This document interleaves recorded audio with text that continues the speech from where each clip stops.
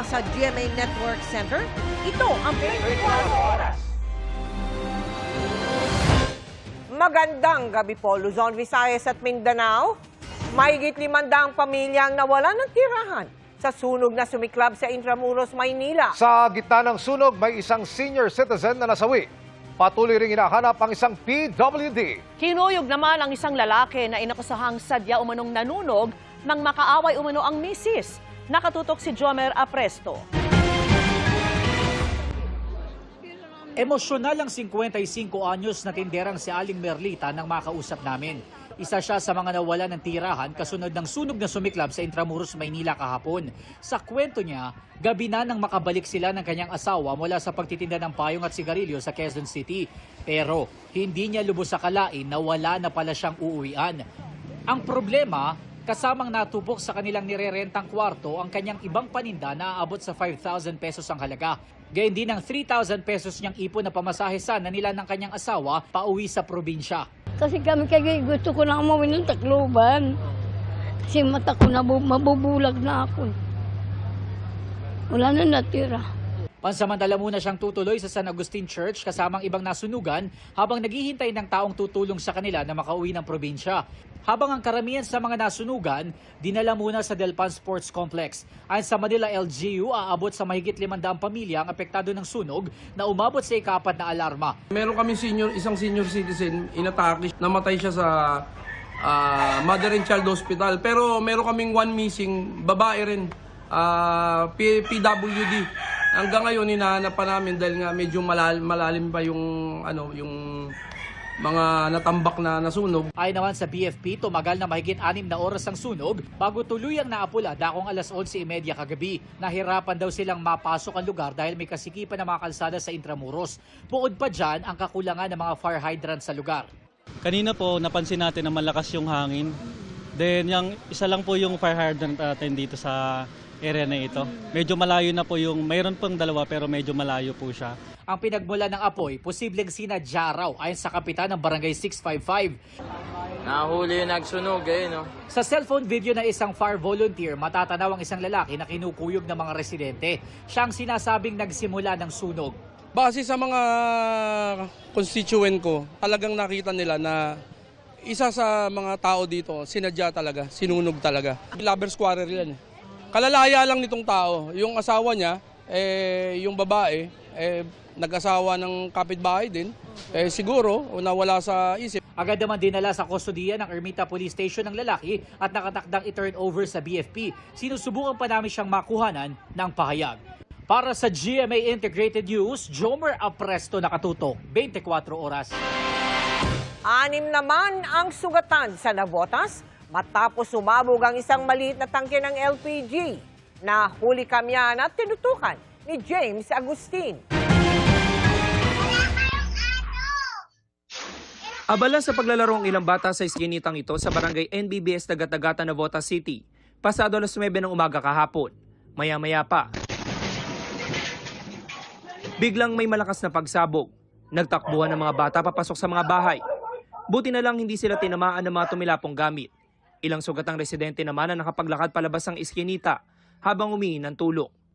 Ang pagsabog galing sa maliit na lutuan na may LPG.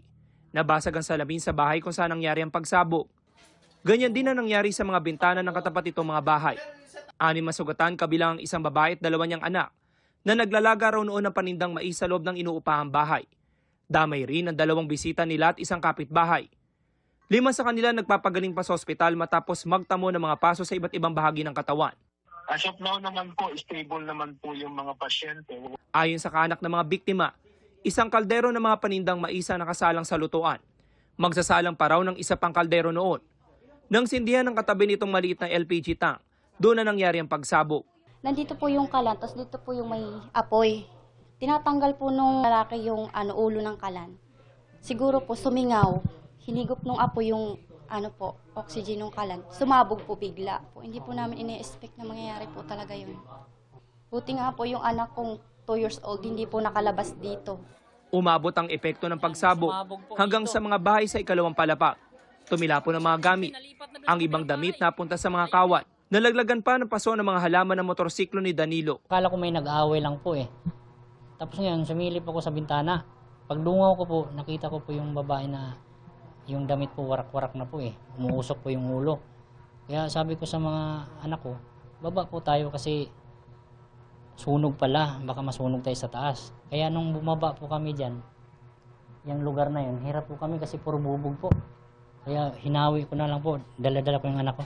Iniimbestigahan ng Bureau of Fire Protection at nabota sa LGU ang nangyaring insidente. Titingnan po namin kung ano pong tamang paraan o proseso po para mapigilan po itong ganitong pangyayari. Pero mas tinitingnan ho namin dito ay yung pagkontrol ho sa paggamit ng tinatawag na tangkito. Para sa GMA Integrated News, James Agustin, nakatuto, 24 oras.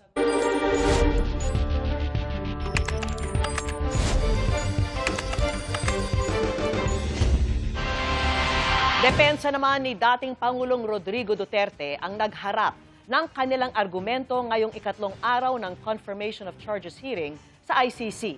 Kabilang sa iginiit ng kanyang abogado, hindi sapat ang hawak na ebidensya ng prosekusyon para magtuloy ang paglilitis ang reklamo. Mula pa rin sa The Hague, nakatutok live si Mariz Umali. Mariz. Vicky, ngayon nga ang ikatlong araw ng Confirmation of Charges hearing para sa mga kasong kinakaharap ni dating Pangulong Rodrigo Duterte dito sa International Criminal Court. Ang depensa ang naglatag ng kanilang mga ebidensya at argumento kung bakit dapat daw i-dismiss ng pretrial Chamber 1 ng ICC ang tinawag nilang politically motivated charges laban kay dating Pangulong Rodrigo Duterte at kung bakit hindi daw dapat ito makumpirma at tumuloy sa isang trial proper. Paalala pa ni Defense Lead Counsel Attorney Nicholas Kaufman, walang kailangang patunayan ng depensa dahil ang burden of proof ay nasa prosekusyon. President, Your Honors, Giit ni Kaufman, hindi sapat ang hawak na ebidensya ng prosekusyon para litisin ang dating Pangulo ng crimes against humanity of murder and attempted murder para sa mga pagpatay sa madugong drug war nung mayor pa siya ng Davao City hanggang naging Pangulo ng Pilipinas. Sabi ni Kaufman, wala raw dahilan para dalhin si Duterte sa ICC kundi lang dahil sa nakagugulat na pananalita nito.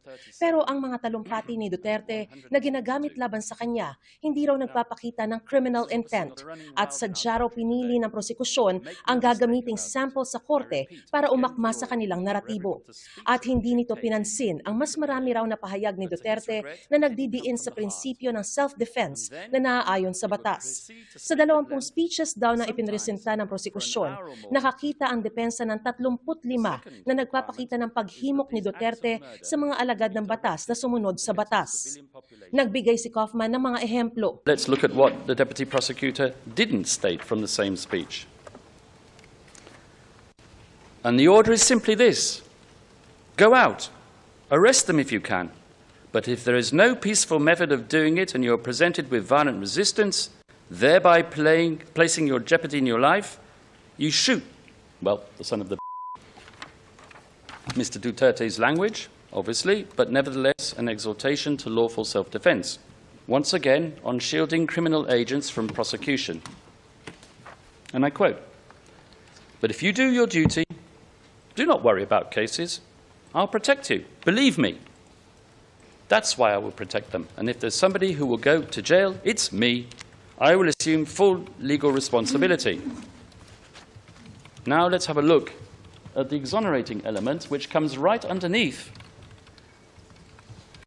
the allegedly incriminating element. He said, just do it right. We have our trainings that you can only kill if your life is in danger, and you are there performing the duty of a law enforcer. Sa mapa namang inilabas ng prosekusyon para ipakitang malawakan ang naging pagpatay sa Pilipinas at sa Davao, sinabi ni Kaufman na wala raw nag-uugnay sa mga insidenteng ito sa extrajudicial killing. Kinontra rin ni Kaufman ang sinasabi ng prosekusyon na ang mga pagpatay ay nakadirekta sa populasyon ng Pilipinas. Ang katwiran niya, ang target ay limitado sa isang grupo lamang ng mga umano'y kriminal. How does one define a suspected drug pusher or suspected criminal for the purposes, let us say, of count 1? It is not as if criminals have identifying features, such as a shifty look or a 5 o'clock shadow or a sack marked swag. In other words, the definition suspected drug pusher or suspected criminal entails the exercise of discretion on the part of the perpetrator implementing the organizational policy. In our submission, there has to be, at the very least, an objectively discernible characteristic which unites the members of the targeted group such that they can be deemed a civilian population for the purposes of the attack.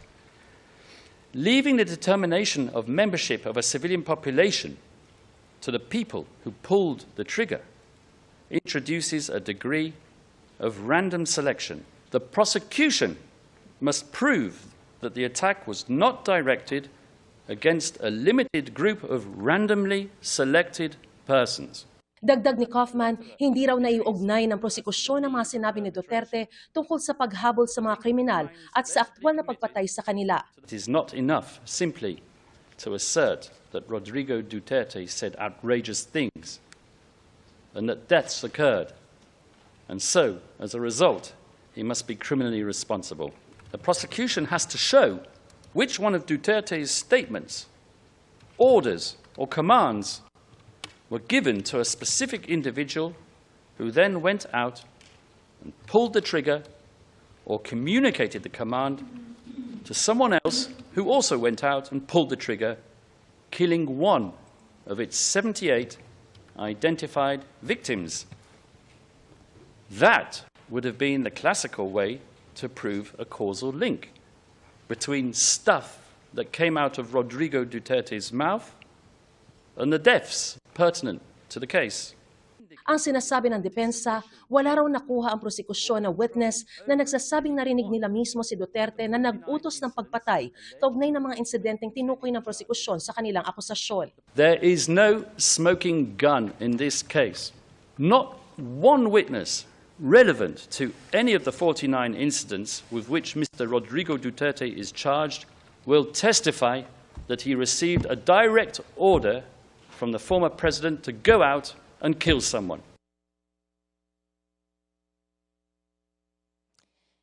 Yan nga, Vicky, exactly yung sinasabi at ginigiit ng depensa no, na nabigo raw ang prosekusyon na patunayan na ang mga murder na naganap ay bilang resulta ng direktang utos ni dating Pangulong Rodrigo Duterte at sapat na raw ito para kumbinsihin ang pre-trial chamber 1 na inosente si Duterte. Hindi raw na-establish ng prosekusyon na may common plan sa pagitan ng suspect at ng mga co-perpetrators na nauna na ring binanggit sa proceedings na ito, na may mutual plan silang napagkasunduan at may criminal intent. Lahat daw ng circumstantial evidence ay mababang kalidad ayon sa depensa. At complete fiction lang din daw ang Davao Death Squad, tila eksena na kinuha raw sa pelikulang Godfather na parang si Duterte raw ang ginawang bida sa pelikula na kung saan pinagbidahan ni Al Pacino. Pinabulaanan din ng depensa ang lahat ng binanggit ng prosekusyon na common plan gaya na lamang ng command circular ni De La Rosa, ni PNP Chief Bato De La Rosa, na siya'y gawing, nung siya maging PNP Chief, na nag-uutos ng Oplan Tokhang. Taken out of context daw ito. Pinalabas daw ito ng prosekusyon na utos para targetin ang mga suspect o sangkot sa droga. Pero ang totoo raw, ang ibig sabihin ng Oplan Tokhang ay knock and plead. At pinuna rin ng depensa ang paggamit ng prosekusyon sa salitang neutralization o bilang euphemism o pinagandang salita para sa murder. Sa ngayon, Vicky, ay nagpapatuloy na ang second session ng confirmation of charges hearing. Ibig sabihin, nagpapatuloy din ang paglalatag ng mga argumento ng depensa. Ngayong buong araw ay nakalaan para sa depensa since meron silang 3.5 hours para magbigay ng kanilang mga argumento. Hindi lang ngayon matatapos ang kanilang paglalatag ng argumento.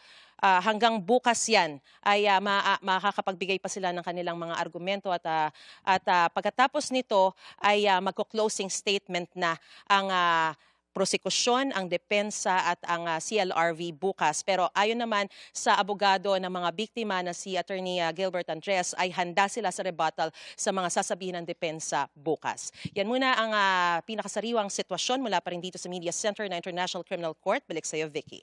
Maraming salamat sa iyo, Mariz Umali. Ilang insidente ng pagpatay ang partikular na binanggit sa confirmation of charges laban kay dating Pangulong Rodrigo Duterte para kumatawan sa malawakang pagpatay ng kanyang drug war. Kabilang diyan ang sinapit ni Kian de los Santos, gayon din ang litratong alapieta na tinawag ni Duterte na gumagawa lang ng drama. Nakatutok si Joseph Morong. Sa confirmation of charges o pagsusuri sa mga ebidensya laban kay Pangulong Rodrigo Duterte sa International Criminal Court, isa sa mga biktima ng drug war na binanggit ang 17 anyos na si Kian de los Santos na pinatay noong 2017.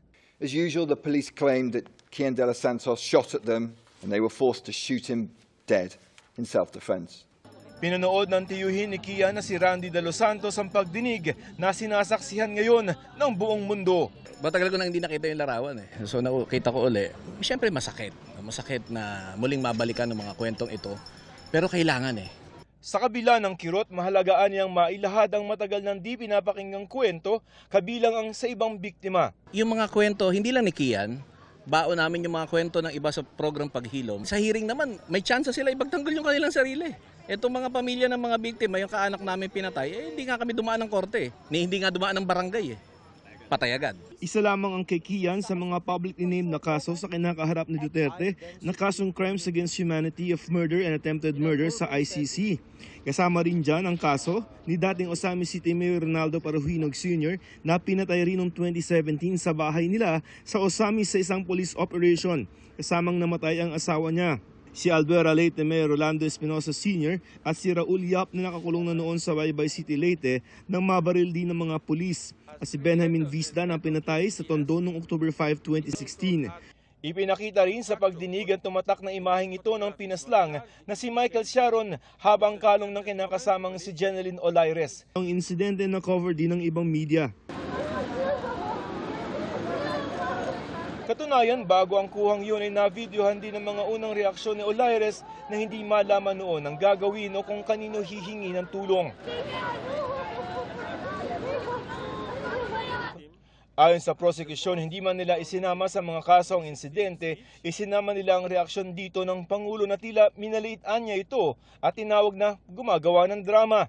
Isa sa mga kaanak ng mga biktima na nagsumite ng kanilang salaysay sa ICC, si Ella, hindi niya tunay na pangalan. Parang gusto kong sumigaw na sana makamtan namin yung katarungan. Umuulit-ulit yung kwento na nangyari. Narinig ng mga tao na, sir, hindi po ako lalaban. Pero pinalabas nila na nanlaban ang anak ko. Masakit sa akin yung 78 na mga biktima ng murder at attempted murder mula sa lampas 40 na mga insidente ang ebidensyang inihain ng prosekusyon laban kay dating Pangulong Rodrigo Duterte para sa kasong Crimes Against Humanity. While there are countless victims, we have focused the charges in this case to these 49 incidents and these number of victims in order to ensure that this trial can be expeditious. They're representative of Mr. Duterte's larger killing campaign. Para sa GMA Integrated News, Joseph Morong, nakatutok 24 oras. Mga kapuso, lumubog sa dagat sa bahagi ng Cavite ang bangkang sanay sa pangingisda lamang pero ginamit bilang tourist boat. Nasagip naman ang 14 na sakay pero napag-alamang sobra ito sa nararapat lamang na bilang. Kuha ang video na ito ilang saglit mula nang mailigtas ng Philippine Coast Guard ang 14 na sakay ng isang bangkang lumubog sa karagatang sakop ng Ternate, Cavite. Pinampas na kami ng alon na ako kaya bumalik. Ayon sa mga pasahero, galing sila sa Naik at patungo sana ng Ternate nang bigla raw sumama ang lagay ng panahon sa gitna ng dagat. According dun sa boat captain, yung malakas na alon po ang naging dahilan para ito ay lumubog. Mabutit nakatawag daw agad sa Coast Guard Station Cavite ang mga nagdaraang bangka. Inuna natin yung mga bata and then yung mga babae. Then sinakay po natin dun sa ating rubber boats. At meron din naman po tayo mga tinap na mga passenger boats na dumadaan dun para isakay yung mga pasahero. For boat hopping lang talaga, mamamasyal lang po talaga.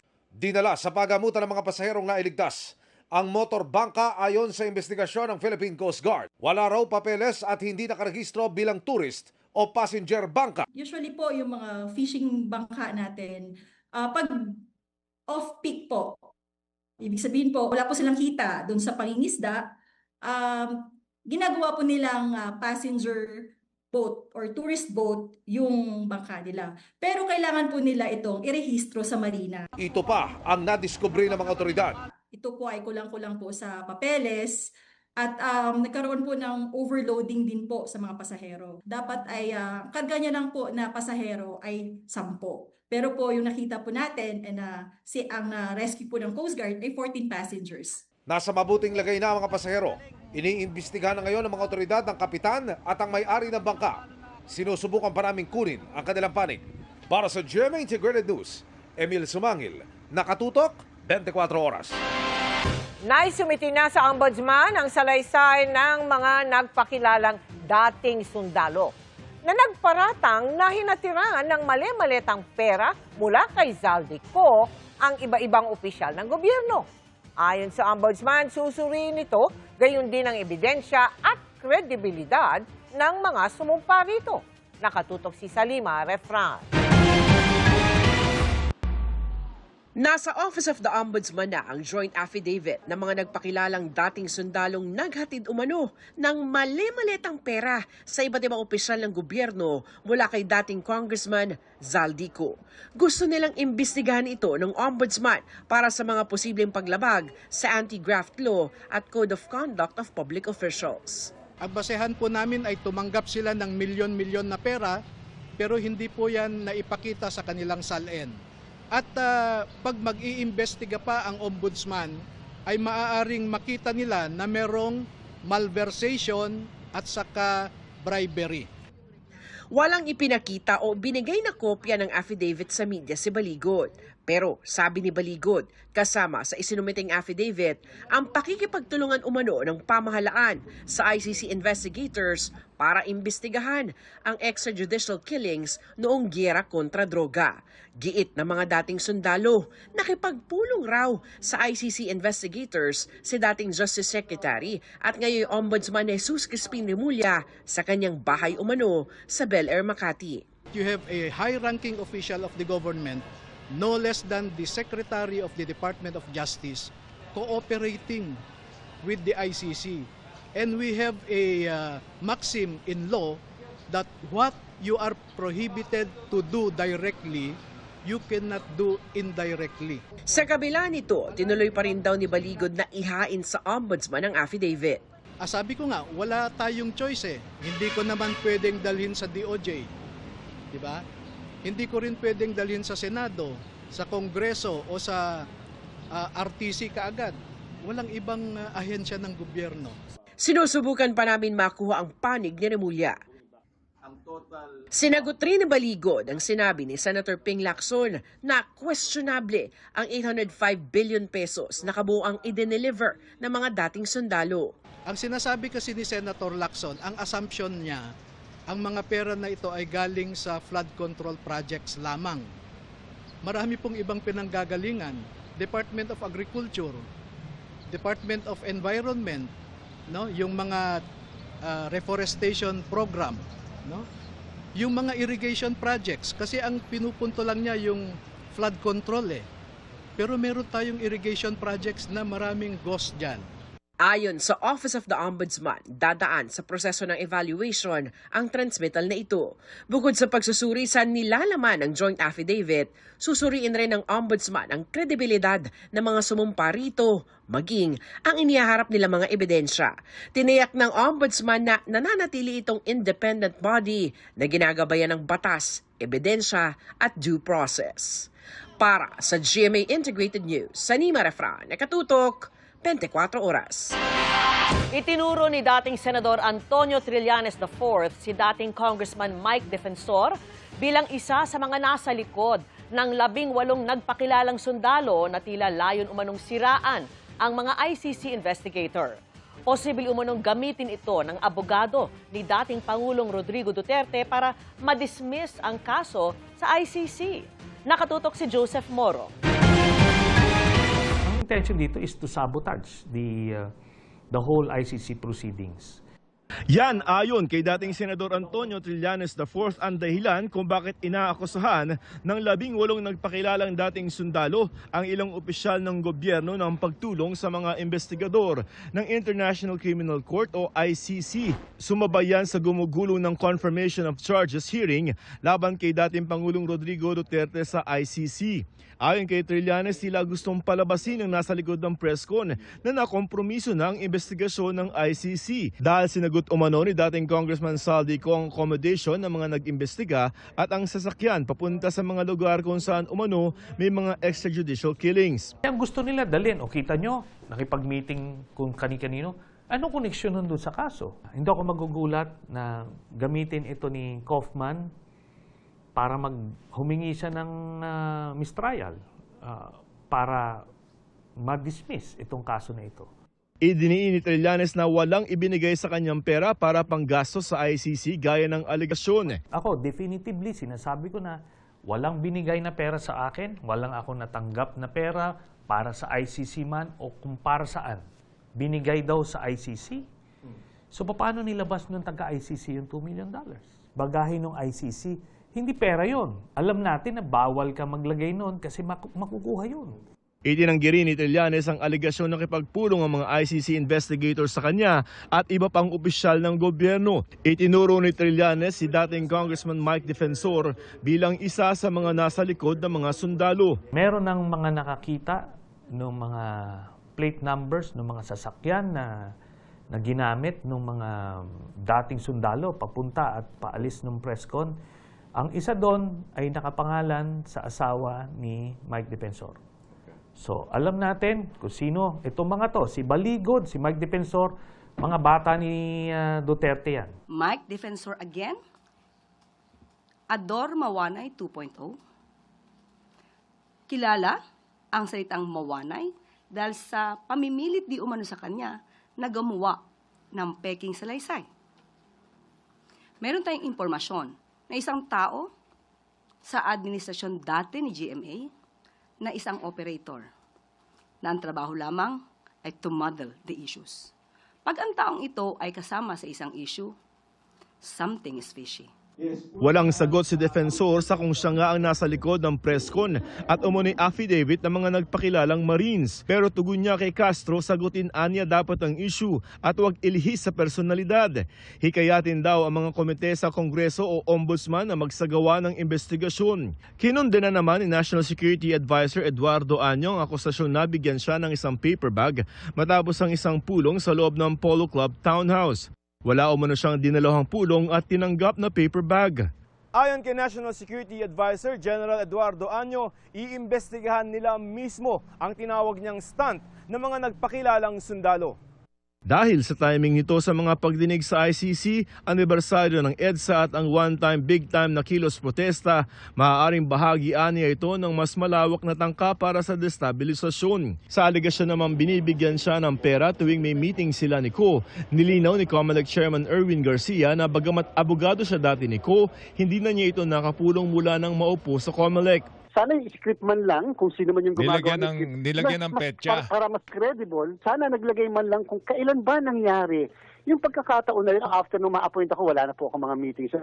Tinawag namang panis at sarswela ni dating Surigao del Norte Representative Robert Ace Barbers ang alegasyon na hindi naman daw pirmado. Si Barbers ay chairman ng Quadcom sa Kongreso na nag-imbestiga sa extrajudicial killings at illegal drugs trade.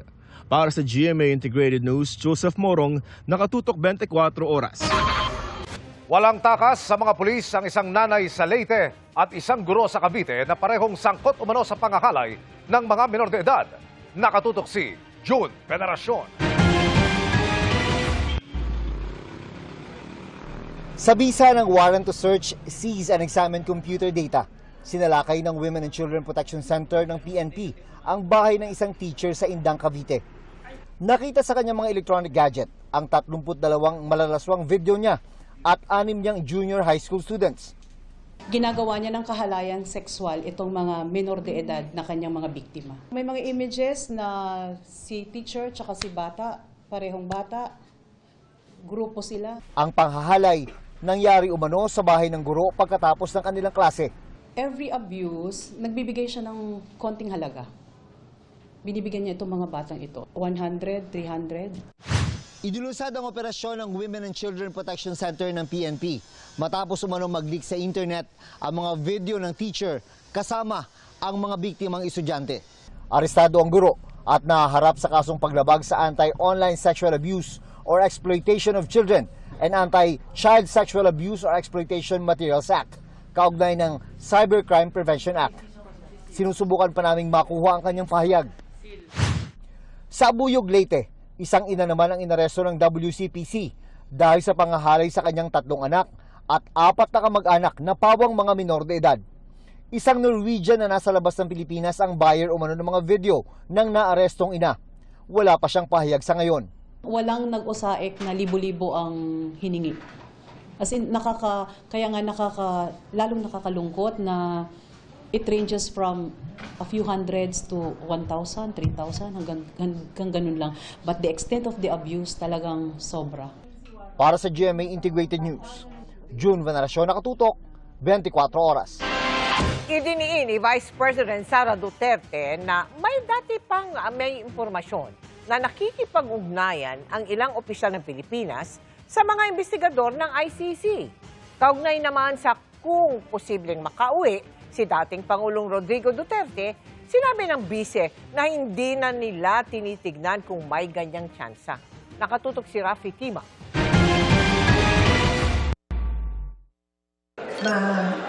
Nostalgic ko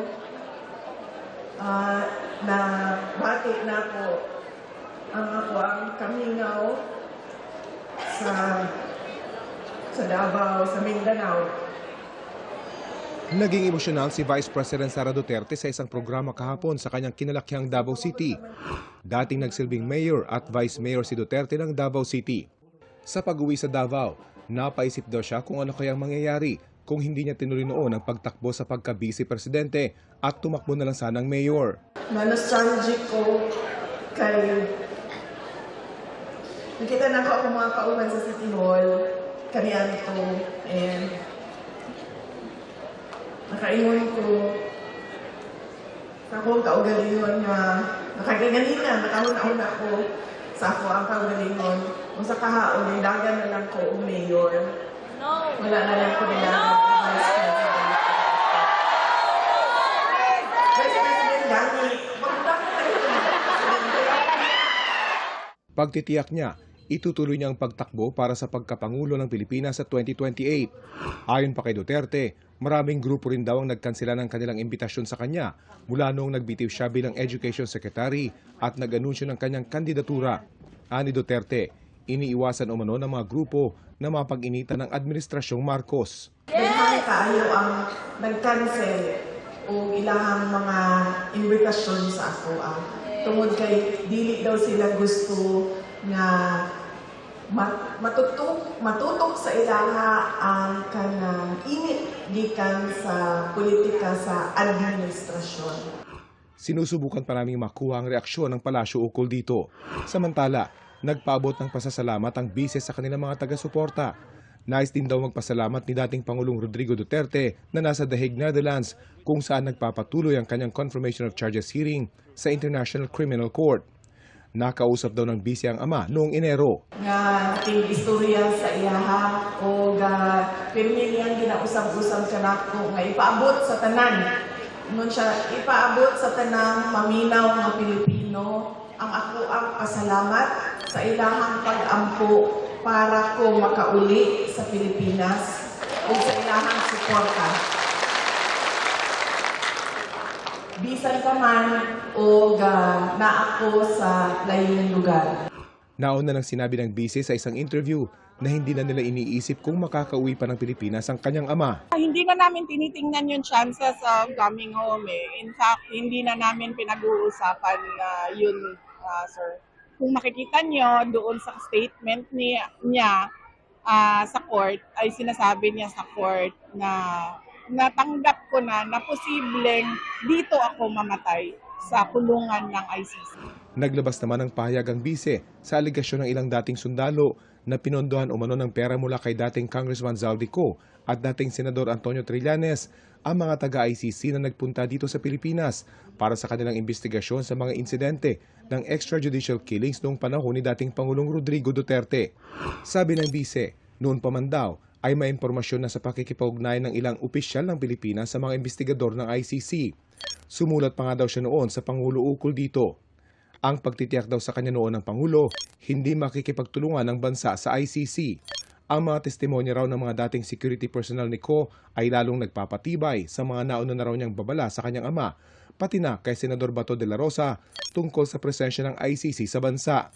Hindi na niya ito simpleng alitan o usaping pampolitika, kundi tungkol na sa pangunahing prinsipyo ng pambansang soberenya at sa limitasyon ng panghihimasok ng mga dayuhang institusyon sa mga isyu ng bansa. Para sa GMA Integrated News, Rafi Tima nakatutok, 24 oras. Chika Minute na po mga kapuso at makakasama natin ngayong Thursday Chikahan si Sparkle Star at Stars on the Floor backstage host, Lexi Gonzalez. Lexi! Thank you, Miss Vicky, and good evening mga kapuso. From a near-death experience hanggang sa isang diagnosis, aminado si Apoy sa Dugo star El Villanueva na mahirap ang mga pinagdaanan niya recently. Nagsimbing wake-up call daw ang mga ito para mas ma-appreciate niya ang buhay. Ichichika yan ni Nelson Canlas. Sa pagpapatuloy ng GMA Integrated News Interviews, muling binalikan ni Apoy sa Dugo star El Villanueva ang kanyang near-death experience. Mag-iisang taon na sa Marso mula nang mabalot ng bangungot ang dapat sana'y masayang bakasyon niya at ng boyfriend na si Derek Monasterio sa Switzerland. Habang nasa taas kasi ng Mount Titlis, dumaustos pababa si El na nakuna ng kanyang cellphone. Si Derek nagpa-picture. Sabi niya, kunan mo ako Snow Angel. Mga ganyan-ganyan siya. Tapos sige. Tapos maya-maya, boosh. Dire-diretso ako pababa. Tapos foggy, wala akong makita, puro white. Tapos dire-diretso lang, shhh. Hindi ka niya nakita? Hindi niya na ako makita. Tapos akala ko, kasi nasa pinaka-peak kami ng Mount Titlis. Wala na akong maisip na, ang naiisip ko lang, ito na ba yun? Ito na ba yun? Before mangyari yung trip na yun, nasa dark place ako. I was being ungrateful na. Because I can't help it. Alam mo yung kapag ang dami ng thoughts na nangyayari sa mind mo, hindi mo na ma-filter out na nagiging ungrateful ka na ang dami mo ng question, if what's happening is enough na ba. I think part din yun ng midlife, quarter-life crisis. Ganon. Naging wake-up call daw para sa aktres ang aksidente. At nagpa-check din ako and then yung sinabi sa akin ng doctor was really shocking to me na hindi ko siya ma-accept. Hindi ko siya ma-accept. Care to share? Ano yun? No. She said something na it was shocking for me that I am diagnosed with this. Possibly. How are you now? I'm good. Natatakot lang akong bumalik yung ganong feeling. Step by step muna. Kasi dati masyado akong nakafocus sa isang bagay, sa career ko. So nakakalimutan ko yung sarili ko. Totoo pala siya. That slope That slope, taught you a lot of things. yes, that slope made me realize that life itself is already a gift. Life itself is already enough. Gift siya ni God na pangalagaan mo. Tignan mo yung magagandang bagay sa paligid mo dahil madami talaga. There are many things to be grateful for. And this, in essence, is your second chance. Yes, it is my second chance, So, I guess. paano mo na hinaharap ngayon? Iba na. Live to the fullest. Live at the moment. I spend so much time not looking at my phone. I don't use my phone as much. And I do appreciate the people around me. I really take my time to talk to them. Nung naging mas open ako sa buhay, I started caring less with what other people think. Just spreading the love. Alam mo yung pagpunong-puno ka na ng pagmamahal, dun ka makapagbigay ng pagmamahal sa iba. Mapapanood sina El at Ashley Ortega sa upcoming series na Apoy sa Dugo, kung saan gaganap sila na magkapatid. Ngayon lang daw sila mapapanood ng mga kapuso na gumanap sa challenging roles tungkol sa pamilya, pagmamahal at obsession. Binuhusan din nila ang kanilang roles ng matinding paghahanda para daw mas maging makatotohanan ang kanilang pagganap. Mapapanood na ang Apoy sa Dugo sa March 2 sa GMA Afternoon Prime. Nelson Canlas, updated sa Showbiz Happening. Kakapasok lang po na balita, kasalukuyan pong nagaganap ang isang moderately explosive eruption ng Bulkang Kanlaon ayon po yan sa FIVOX. Patuloy na umantabay sa mga programa po ng GMA Integrated News para sa iba pang detalye.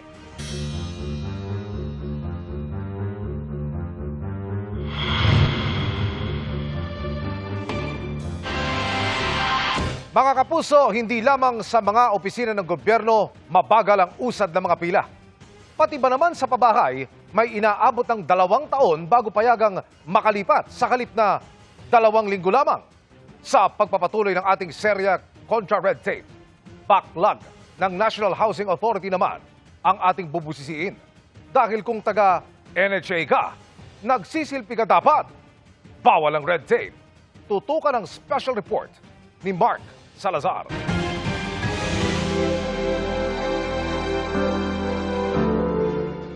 Sabi nga ng isang sikat na kataga, there's no place like home.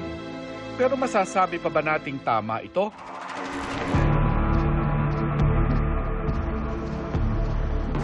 Kung hindi naman lahat ng tao ay may mga bubong sa ibabaw ng kanilang ulo. Opo, pangarap na hirap kami. Karoon pa kayo ng sariling bahay. Pinangarap mo? Oo naman po. Bakit naman po? Lahat naman po sino pinangarap ko karoon ng bahay. Ayon sa UN Habitat Philippines Country Report noong 2023, tinatayang halos 4 na milyong Pilipino ang kabilang sa ISF o Informal Settler Families sa NCR o National Capital Region pa lamang. Ito yung mga pamilyang walang permanenteng tirahan. Sa madaling salita, nakikitira lang o yung nasa ikangay barong-barong. Ang nakaatang para solusyonan yan ang ilang ahensya ng gobyerno gaya ng NHA o National Housing Authority na layong lumikha ng abot-kaya, desente at sapat na bilang ng pabahay, lalo na para sa ating mahihirap na kababayan. Isa sa milyon-milyong Pilipinong hangad na magkabahay, natagpuan namin sa lungsod ng Parañaque, si Rosalie, na kabilang din sa itinuturing na ISF. 20 to 18, nasunugan po kami. Tapos doon na po kami ipinasok, in-apply po ng NHA ng barangay namin. Fast forward to 2023, abot kamay na ang pangarap ni Rosalie. Nang gawaran ng National Housing Authority o NHA ang kanyang pamilya ng unit sa proyekto nitong pabahay sa Naik, Cavite. Mismong si Pangulong Bongbong Marcos pa nga ang nagpasinaya nito. Dito po mismo ginanap, yan po yung ibinigay ko sa amin. Para maisapinal at legal na ma-turn over sa kanila ang kanilang forever home, kinakailangan lang daw maghintay ng nasa 2 linggo at magpasa ng mga kaukulang papeles. Bagay na nakumpleto naman daw ni Rosalie. Habang naghihintay, nakailang beses din nilang nabisita at nalinis ang kanilang magiging bagong bahay. Pero inabot na ng 2 taon, hindi pa rin na ito-turn over sa kanilang bahay. At laking gulat ni Rosalie dahil noong Setyembre ng nakaraang taon. Lahat po dyan may mga nakatira na po. Nagpunta kami sa pabahay sa Naik. At hindi lang pala si Rosalie ang may ganitong problema. Ang iba sa kanila hindi na natirhan o nasilayan man lang ang kanilang mga bahay. Si May, nagka-problema ng mabiyuda. Kailan po namatay ang mister niyo? September po, 2025. Sa kanya kasi nakapangalan lahat dito sa Sere. May po. Dahil? Sa akin lahat.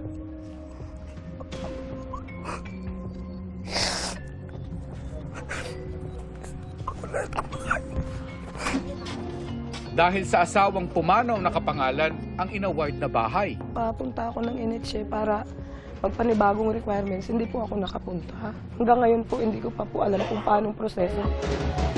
Ang ganitong gawi, red tape na, red flag pa. Makatarungan pa ba ang ganitong kahaba at kakomplikadong proseso? Ayon sa listahan ng ARTA o yung Anti-Red Tape Authority, Lumalabas na ang NHA o National Housing Authority ay isa sa pinaka-complained o nirereklamong GOCC o Government-Owned and Controlled Corporation. Maraming reklamo ay yung napakarami daw na dokumentong kailangang isubmit at ang super complicated na proseso. Kaya tuloy ang tanong ng marami, ang dream house ba namin mananatili na lamang na pangarap? Hiningi namin ang panig ng punong tanggapan ng NHA. Ine-refer nila kami sa tanggapan nila sa Region 4A. Ano yung reaction nyo? Kasi nasama rin kayo doon sa ARTA. Most complained against na GOCC. Nagbawas na kami. Isang ID na lang hihingi namin para ma-award sa kanila.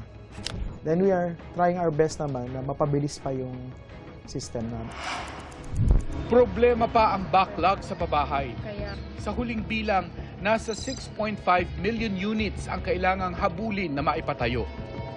Ayon sa isang opisyal ng DSUD, the Department of Human Settlement and Urban Development, baka raw umabot pa yan ng 10 million mark bago matapos itong administrasyong ito. Hindi makahabol ang housing sector kasi nga medyo malaki ang budget na kinakailangan. Magkano? Para mahabol na at kailan natin ma-stop yung gap? We need trillions of pesos. Kung binigay na lang sa amin yung sa flood control, baka natapos pa namin yung flood namin. Yeah. Kaugnay sa kaso ni Rosalie, eventually na-award sa iba na taga-Maynila naman. We give them the timetable. But apparently, 2 years after, hindi nakapaglipat si Parañaque.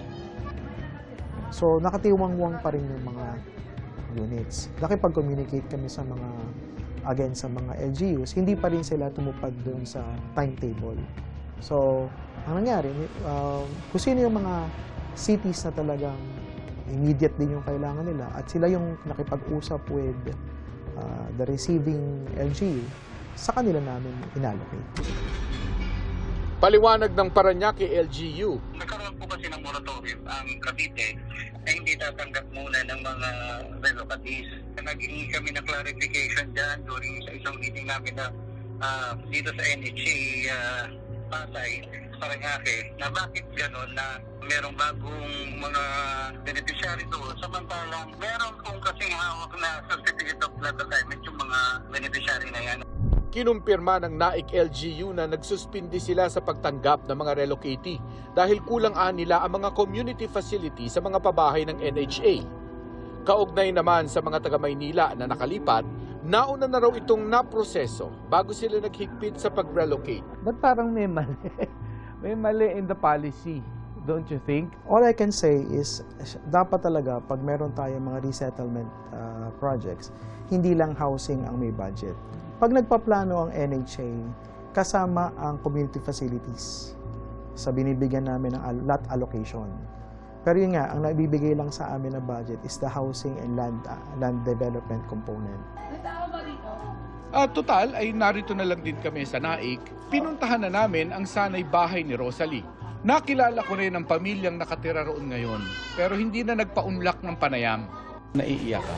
Siyempre, sir, bahay mo eh. Tapos di ba iba nakatira. Lahat naman po sino pinangarap ko ng bahay. Naibigay lang sa amin ito. Masaya na kami. Hanggang ngayon po, hindi ko pa po alam kung paano proseso. Naway dumating na ang panahon na ang mga tumatangis para maibigay ang nararapat na bahay, tatahan na sa sarili nilang tahanan. Hindi ba't ang pagubili ng saligang batas sa Estado ay magkaroon ito ng programang pabahay na disente at abot kaya ng mga nangangailangan? At sa mahabang panahon nakita nating meron nga, pero kakaunti. At ang kaunting ito ay halos imposible namang makamit. Kaya ang mga milyon-milyong pamilyang Pilipinong walang bahay, tuloy lang ang pangarap at itutuloy daw nila ang pakikipaglaban para sa pangarap na ito. Para sa GMA Integrated News, Mark Salazar, nakatutok, 24 oras. Pinasinayaan ni Pangulong Bongbong Marcos ang isang pasilidad sa Liloan, Cebu na layong tulungan ang mga nasa lansangan. Kayang tanggapin sa Pag-abot Processing Center ang mahigit 120 benepisyaryo. Bukod sa pansamantalang matutuluyan, bibigyan din sila ng pangunahing pangangailangan tulad ng pagkain at damit, gayon din ng medical at psychosocial services at livelihood support. Inispeksyon din ng Pangulo ang Visayas Disaster Resource Center sa Mandaue, Cebu, kung saan demakina na ang pagproseso sa mga food pack na ipamamahagi kung may krisis o sakuna. Ayon sa Pangulo, hanggang 5 milyong food packs ang kayang iproseso roon. Nalapnos ang bahagi ng katawan ng magkaangkas sa Cagayan de Oro City matapos silang sabuyan ng kemikal sa daan. Nakatutok si James Paulo Yap ng GMA Regional TV.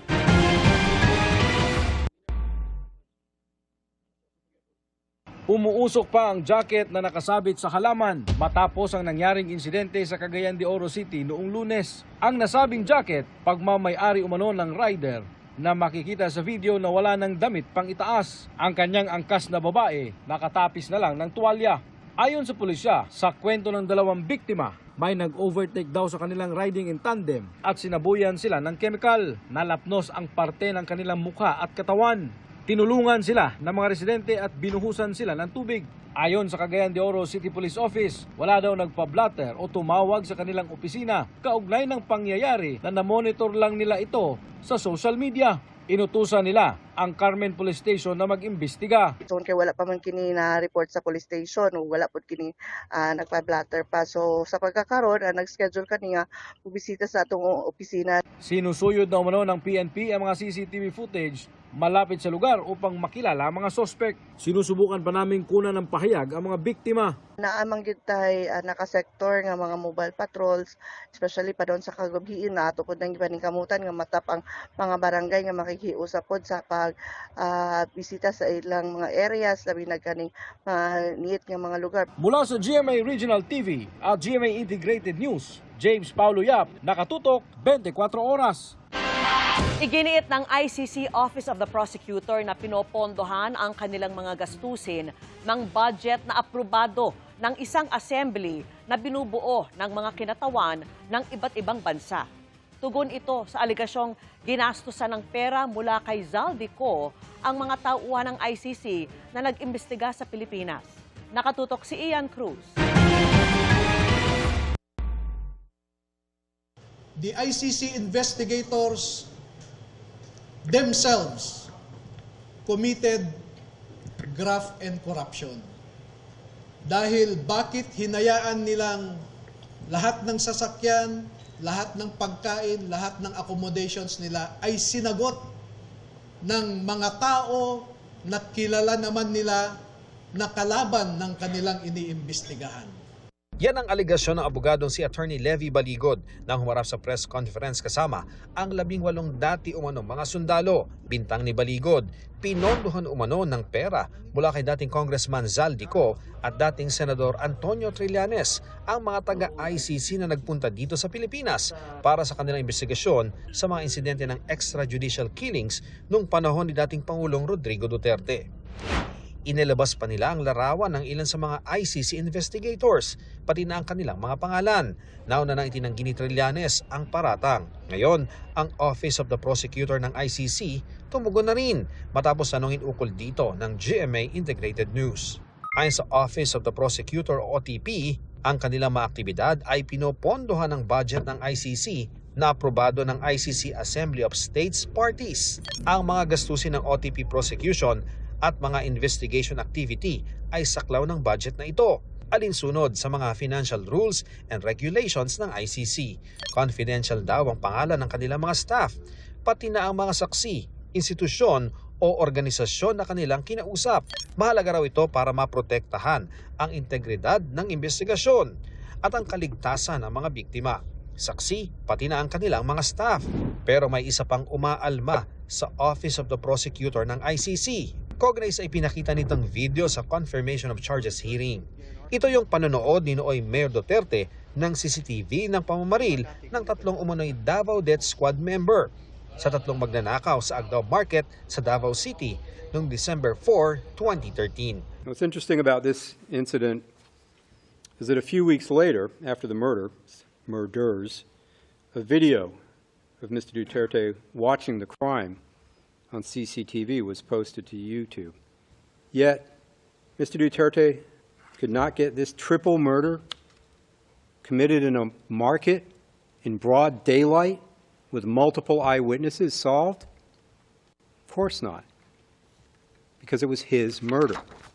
Ayon kay Ben Jason Tesiorna, siya ang may kuha ng video habang pinapanood ni Duterte ang CCTV. Pero ginamit daw ito ng ICC prosecution nang walang paalam. Wala raw siyang pinayagan mula ICC na gamitin ng video niya o i-broadcast ito at maski ang paglagay ng subtitles.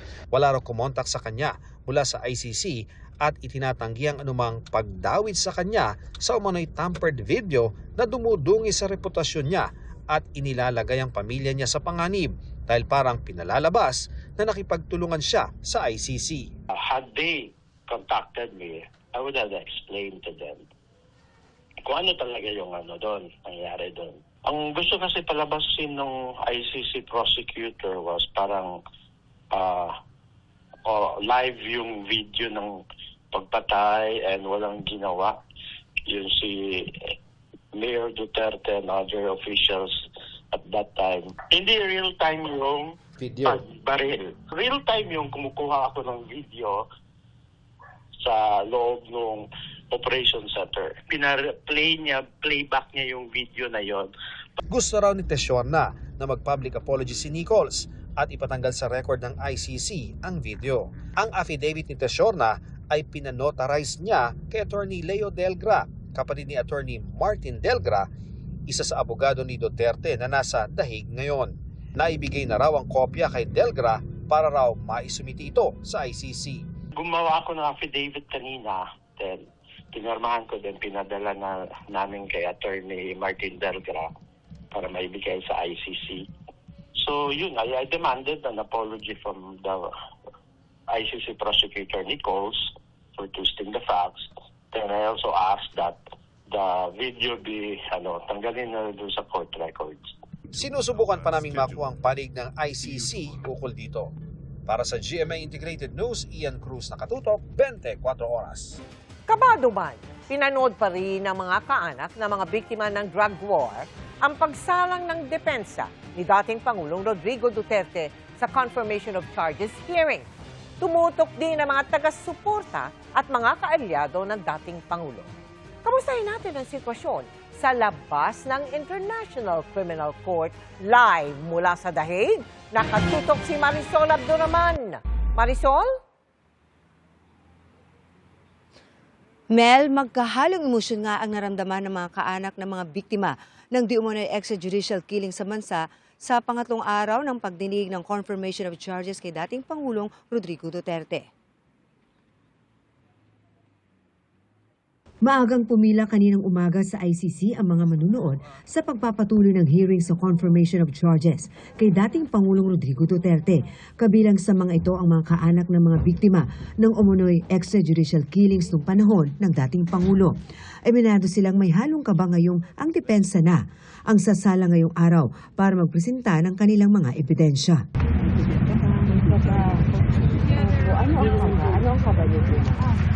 Siyempre sa mga sasabihin ko na kontra sa amin.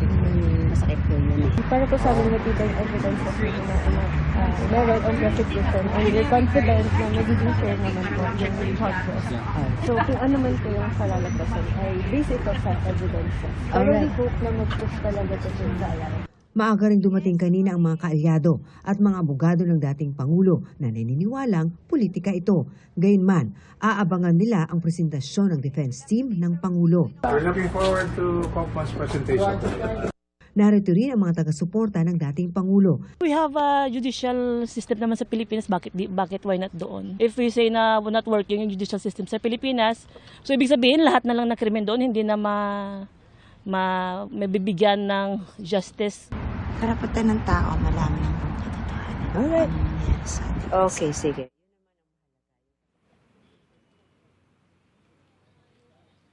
Mel, during the break, mabilis nating nakausap si Attorney Salpanelo na personal din na nag-observe doon ng pagdinig nitong confirmation of charges.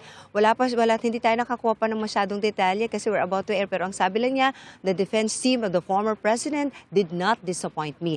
Anyway, Mel, mamaya antabayan na natin ang paglabas naman ng mga kaanak, ng mga biktima ng sinasabing EJK at gayon din yung mga grupo, iba't ibang grupo na sumusuporta sa kanila kung ano naman ang kanilang naging reaksyon doon sa kanilang pagtutok pa rin dito ngayong sumalang na ang defense team ng dating Pangulo. Mel. Maraming salamat sa iyo, Marisol Abduraman, live po mula sa The Hague. Nilinaw ng ilang miyembro ng National Unity Party na conscience vote at hindi party stand ang kanilang paiiralin sa pagboto kung dapat umusad ang mga impeachment complaint laban kay Vice President Sara Duterte. Nakatutok si Tina Panganiban Perez. Conscience vote at hindi party stand ang paiirali ng National Unity Party sa pagboto ng mga kongresistang miyembro nito sa impeachment complaints laban kay Vice President Sara Duterte. Ito ang nilinaw ng ilang miyembro ng partido matapos maglabas ng statement ang partido kagabi na kung walang bagong ebidensya laban sa bise, hindi nila susuportahan ang pag-impeach dito. Ayon kay NUP Chair Ronaldo Puno, 42 ang miyembro nila sa Kamara. No, this is not the party stand. This is just the consensus of the ones that I have talked to. We will have another formal meeting. I doubt that there will be a uniform party stand here. No, because there is just too much division among our members.